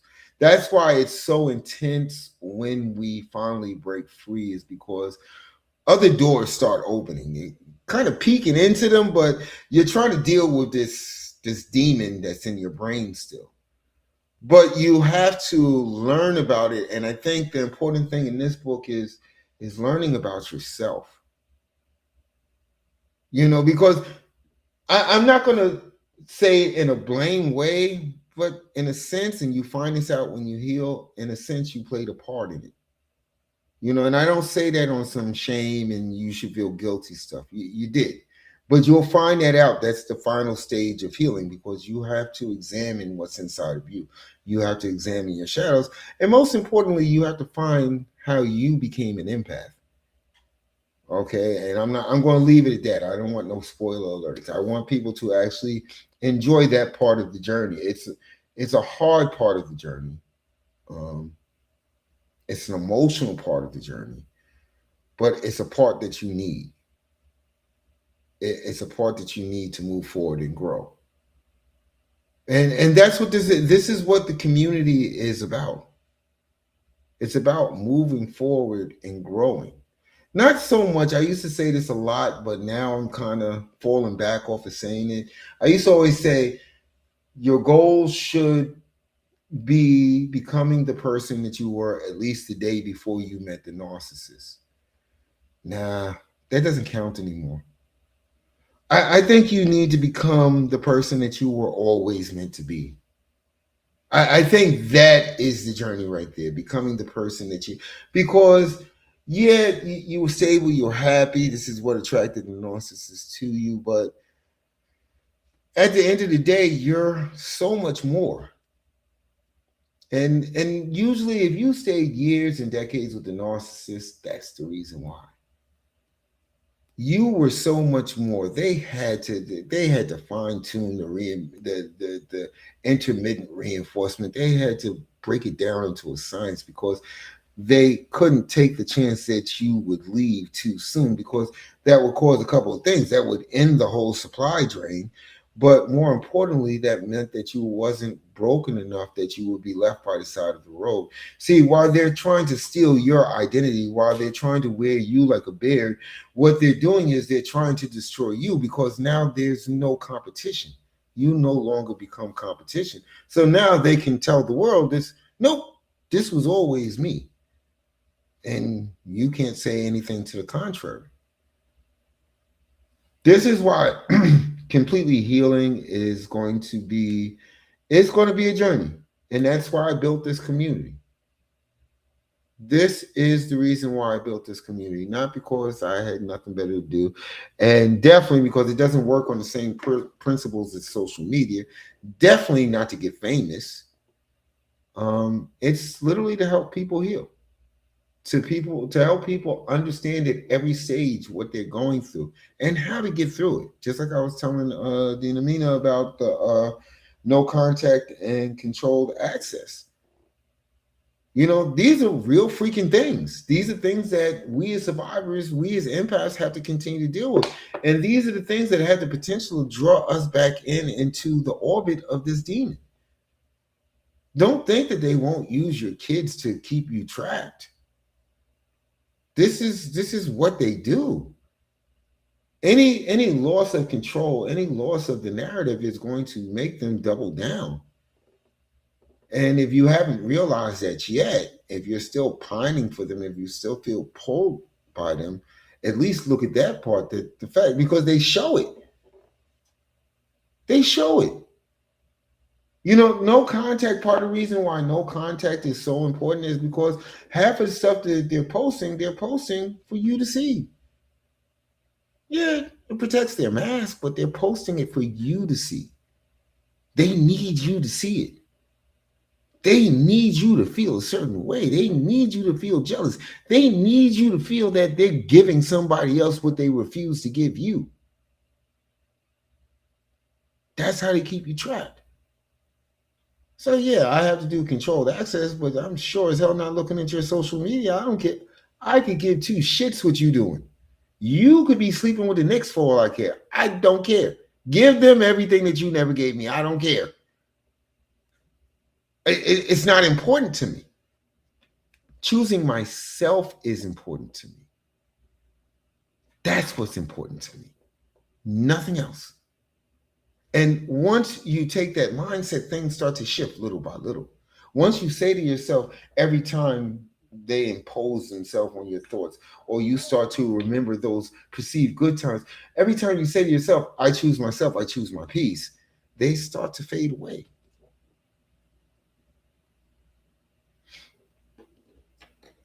Sometimes I have to catch myself, because sometimes I get into this thing where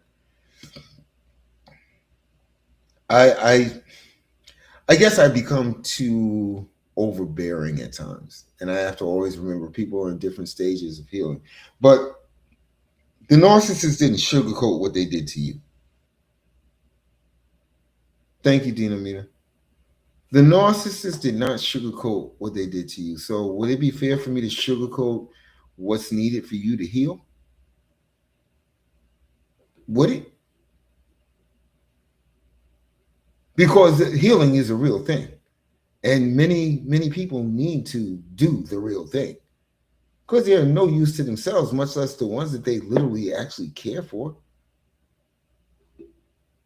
So let me put it this way, and I wrote this down so because I'll drift off all freaking day. I don't know. So the life you're looking for is not waiting for an apology. It's waiting for a decision to heal, a decision to grow, a decision to become the person you were always meant to be. Oh my God, I just said that. Anywho, so these are some of the things that you can say to yourself, affirmations, okay? Is that still a thing? I think so. So here are some power statements you can say to yourself. Say it in the mirror. Say it out loud. I actually, you know what? I had this thing that I would say literally walking down the street. Trust me, this actually works, okay? I do not focus on the problem. I create the solution. If I'm going to the store, I would say that over and over to myself. Seriously. I do not focus on the problem. I create the solution. But that's just my affirmation. So here's some, excuse me, here's some things you can use. My future is more important than my past, which is true. Okay. I am no longer available for confusion. That's a good one right there. You are no longer available for confusion. Say that to yourself over and over again. So when you get that badish call or that badish message or you run into them, just say that to yourself in your head. It changes the whole dynamic. I deserve peace. Yes, you do. Okay. I deserve clarity. Duh. Of course, you definitely deserve that. I deserve a life that is bigger than my pain. We need to remind ourselves, especially if we're in the trauma bond, that what we are literally experiencing is pain. Um, the trauma bond, in a sense, is like going through withdrawal from a opioid. Reason being is because it bonds with the chemistry of your body. So people that have survived that say it's very painful and it literally hurts so bad. And that's what we go through with the narcissist. It hurts, but eh, you deserve a life that's bigger than the pain, you know? And pain is transient. It always passes. Trust me. I know. I worked in a hospital. Um, and I love this one. Today I choose me. That's a beautiful thing to say to yourself in the morning while you're brushing your teeth, while you're putting your makeup on, while you're, popping that pimple. Today, I choose me. I don't think there could be anything more empowering than that. And Dean Amina says, yes, it will be empty without any death. You are correct. You are correct. So here's what I'm going to do. After I get off of here, because since I'm doing a multi-stream, I can't get on this computer and look. I'm on the phone over here. But if you haven't joined the community, please do so. I'm going to go through the list. So whether you're a previous member or a prior member, I get like a blueprint of all the people that's there. And I will announce it. I don't know when I can go live tomorrow, but I'll try. I always try to schedule my lives, but I'll announce it. 3 people will get lifetime access. So the way the community works is it's $9 a month, or it's $59 for the year. And what it is I can go in. That's why I was telling people just take the month. I appreciate if you do the year, but I'm going to pick 3 people and I'm going to give them lifetime access. It's valued. I crunched the numbers, so it's valued at over 700 worth of resources.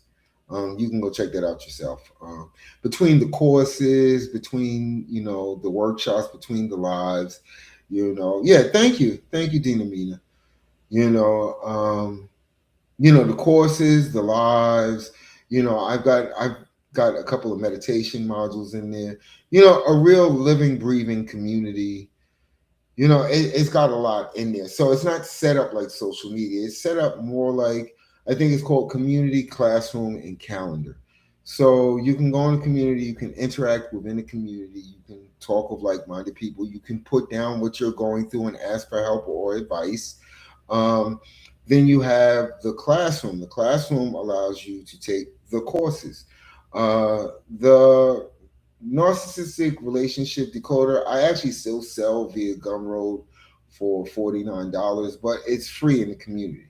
And not the cut up version, it's the whole version. You could actually go look at the course on Gumroad and look in it and compare. It's the same exact thing. So that's free, just for being a member. The lives are interactive. They're done via Zoom. You can talk. You can jump on. You can ask your questions. You can give your insights, because we literally do learn from each other. Just like I've learned from other creators. We learn from each other. Sometimes a creator will say something that I'm not too aware of, and I will spend like a whole afternoon deep diving into the subject, until I become well versed. And that's kind of what I do here. Is I never get on with like half throttled information. I will literally spend a day or two deep diving. That's all I'm doing. I'm not watching TV. I'm not reading books. I'm not doing anything. I am actually just learning this stuff, because I want to be there for people. And I think the more facts that we have, I love the fact that I can say, hey, it's not me, this is research. I love the fact that I can say, hey, listen, this is what this psychologist said. Hey, listen, this is what Carl Jung says, this is not me. I love that capability. I do.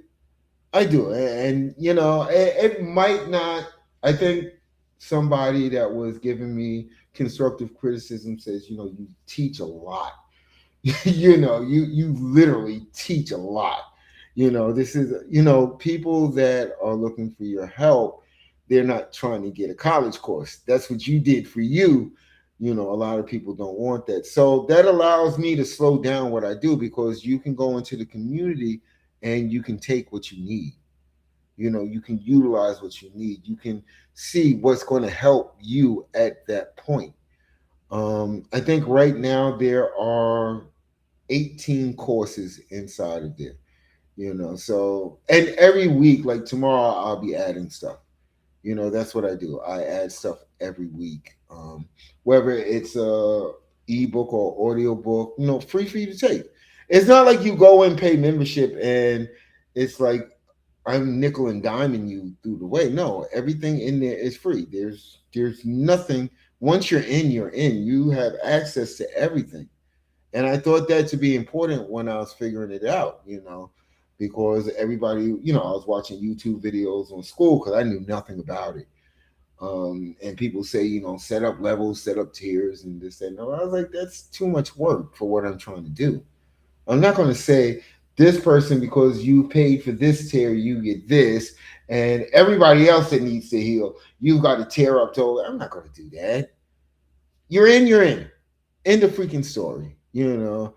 And I'm not going to do, you know, the price things, because one of the people said, you know, if you do workshops and you're live, you should attach a price. I'm not doing that.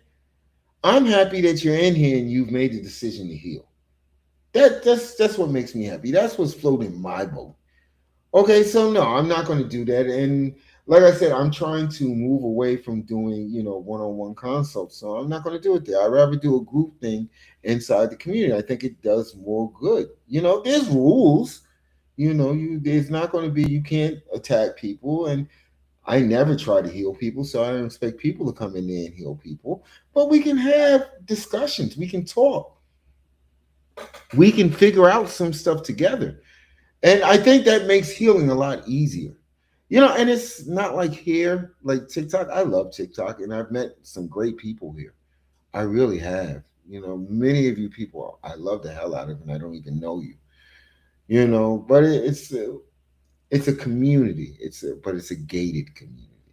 You get what I'm saying? It's a gated community, and there's a reason for that, because what we're sharing is personal and important to us. We don't need people just peeking and look. See, on platforms like this, people can just peek in, look, listen to us.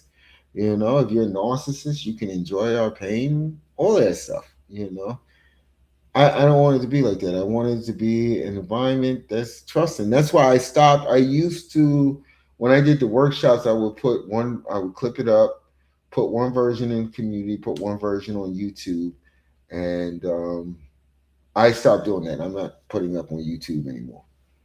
You know, I'm not going to do that, because it's unfair. And then when we get people that actually come on live, I don't want them, you know, to feel like, well, this is going all over the place.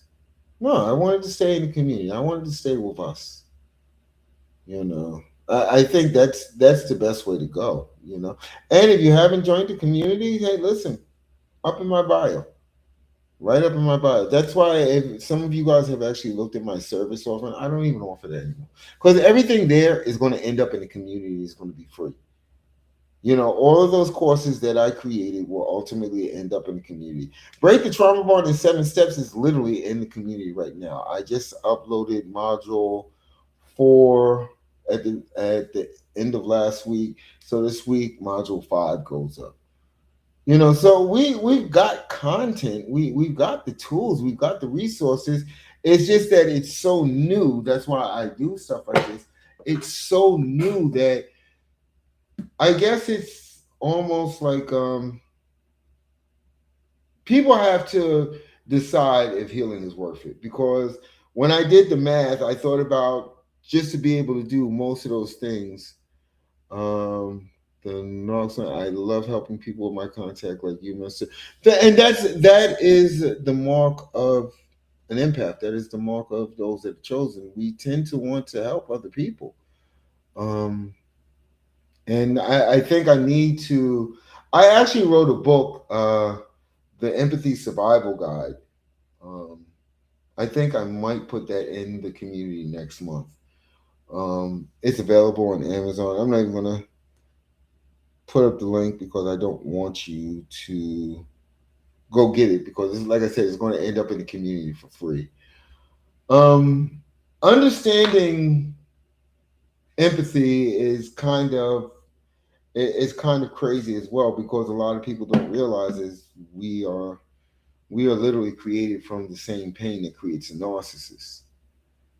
So it's something, but that's why I said the last stage of your healing, for you to actually put on that badge and said, "I'm healed. I'm through this trauma bond shit." You have to you have to understand that. You literally have to understand that, and you have to understand what that fire that forged you actually contained. Those elements, those interactions that made you into the empath that you are today. And that's why the narcissist, I forget the fable. There's a story about this where, and it's not so much Cain and Abel, but there's this story that's based on siblings that literally hate each other, and they're twins. They're literally twins and they hate each other. And the difference is the we don't hate the narcissist until we find out what they did to us. But that is kind of the dynamic between the narcissist and the empath. We just become, I don't know, it's like this binary star system, and we as an empath can't break away until we heal because we'll think that we've broken away. We'll get through, like I said, I've been through three of these. And the first two, the first one really wasn't that great at their job. The second one was halfway decent. The third one was a walking demon, and I think I needed that walking demon to actually show me what was inside of me. I mean, because ultimately I could have just kept on finding myself in these dynamics until I hit dirt and never understood what was inside of me, what I was capable of once I understood these things that happened to me inside of me. I don't think that I would be able to do this right now. This is this is why I think nothing happens by accident. Everything has a reason, and I think this is what the universe had in store for me. It was like, okay, I gave you two chances to figure this out. You want to play dumb? Take this one. Then you'll get it together. And that's literally what happened. That is literally what happened. And I to be completely honest, I wish I never had to go through the experience because it hurt. You care for a person, then you find out that they're doing all this shit on purpose to you. That really hurts. So yeah, I would have rather not gone through it, but on the flip side of the coin, I think it made me a better person. It made me capable to be more of assistance. And the narc man says, I agree. It took me 3 narc relationships to figure it out. Yeah. Yeah. I think this is, again, I often tell the story of Moses, not going to go through it, but sometimes when your higher power has a job for you and wants you to do it and you keep on being resistant, you are met with things that you don't want to be met with. I mean, honestly, I think I look at a lot of stages of my life where I was being resistant to where I was being pushed to do something. And it seemed like the pain just got worse every time. I was like, nah, I'm not doing that. I don't want to do that. Why should I have to do that? I don't want to do that. Basically doing what Moses did in front of the burning bush. No, it's not my job. Go get somebody else. And yeah, I think that's what what happened to me, because the first one I was kind of leaning towards changing my life because it hurt, but just not that much. Not so much that I couldn't bounce back. The second one, I just threw myself into work. I forgot. I became antisocial. I didn't want to talk to anybody. And I think just as I opened up, that's when I met the third one. And I'm going to be honest, in hindsight, I always had these feelings like I didn't like them. I no, and not in that way. Like I didn't want to be with them in the very beginning.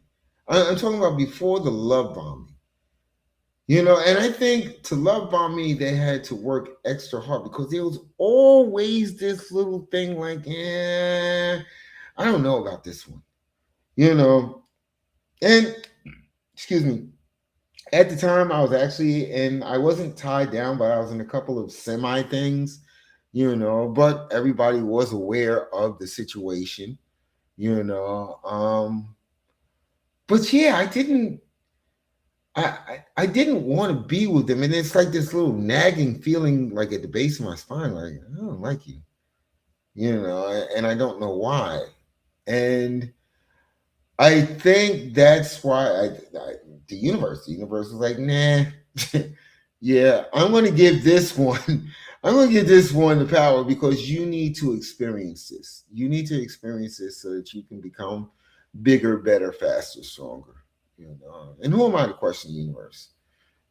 So with that being said, I will, as soon as I get through with, I guess, the workshop live tomorrow, I will put up the winners. If you haven't joined, that gives you a few more hours to go ahead and join the community. It's in my bio.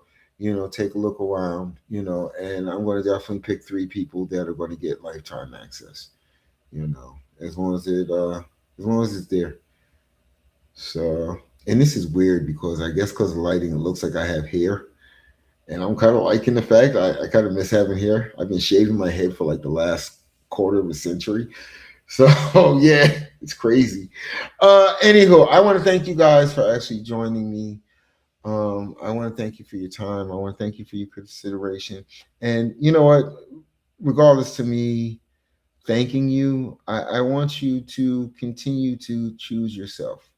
And sometimes it's hard. I get that, especially as an empath. It can be hard. But there's never a reason not to choose yourself. I think they call it self-preservation. I think that's the term they use. Choose yourself. You know. With that being said, Minister Robinson, Church of Real Talk, founder of the Now Movement, inviting you personally to join Real Talk Inner Circle, the community about healing so that you don't have to heal alone. With that being said, everyone have a great night. Love you guys.